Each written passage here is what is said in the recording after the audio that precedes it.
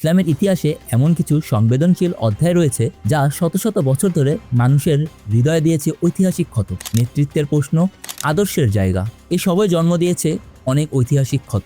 আজ আমরা এমন একজন মহিয়সী নারী সম্পর্কে, তার শাহাদাত সম্পর্কে কথা বলবো, যিনি ইতিহাসের কেন্দ্রে অবস্থান করছেন। তিনি আমাদের প্রিয় নবী সাল্লাল্লাহু আলাইহি ওয়া আলিহি ওয়াসাল্লামের কন্যা হযরত ফাতেমাতুজ জাহরা সালামুল্লাহ আলাইহা।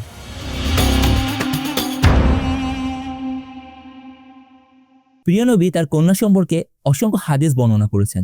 এই হাদিসগুলো শুধু প্রিয় নবী তার কন্যা সম্পর্কে বলেনি, এই হাদিসগুলো ইতিহাসে তার অবস্থান, তার মর্যাদাকে সুস্পষ্ট করেছে। প্রিয় নবী সাল্লাল্লাহু আলাইহি সাল্লাম যে হাদিসগুলো বর্ণনা করেছেন তার মধ্যে একটি উল্লেখযোগ্য হাদিস হচ্ছে, ফাতেমা আমার কলিজার টুকরা, যে ফাতেমাকে কষ্ট দেয় সে আমাকে কষ্ট দেয়। এই হাদিসটি বুখারী এবং মুসলিম উভয় জায়গাতেই দেখতে পাই।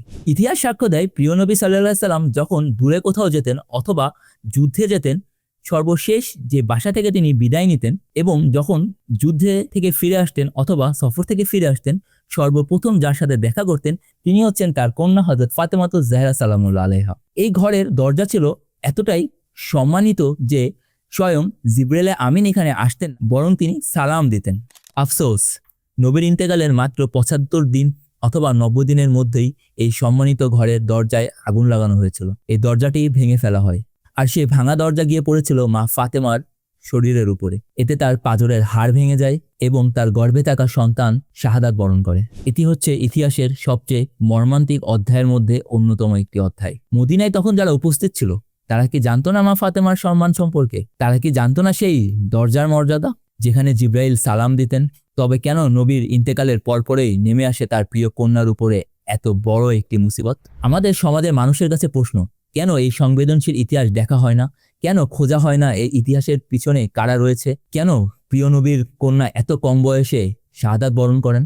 মানুষ সাধারণ কোনো রাজার কন্যাকেও রাজকন্যা হিসেবে আখ্যায়িত করে বা রাজকন্যা বলে ডেকে থাকে, কিন্তু প্রিয় নবীর কলিজার টুকরা, তার উপরে এই অত্যাচার, তাকে অপমান করা হলো। মদিনা মনোয়ারাতে নিঃশব্দে তিনি বিদায় নিলেন। শুধু বিদায় নেননি, কোথায় তিনি দাফন হয়েছেন এটাও আমাদের কাছে জানা নেই। কেন এটা এখনো গোপনীয় আমাদের কাছে? ইতিহাসকে ইতিহাসের চোখেই দেখুন, সত্যকে জানার চেষ্টা করুন। কারা মা ফাতেমার শাহাদাতের পেছনে জড়িত ছিল? ঐতিহাসিক তথ্য এবং বিশ্লেষণের মাধ্যমেই এই গভীর ক্ষতটিকে আমাদের আলোচনা করা উচিত। যারা এমন কন্টেন্ট আরও দেখতে চান তারা জাফরি মিডিয়া ফেসবুক পেজ এবং আমাদের ইউটিউবটি সাবস্ক্রাইব করে রাখুন। ধন্যবাদ।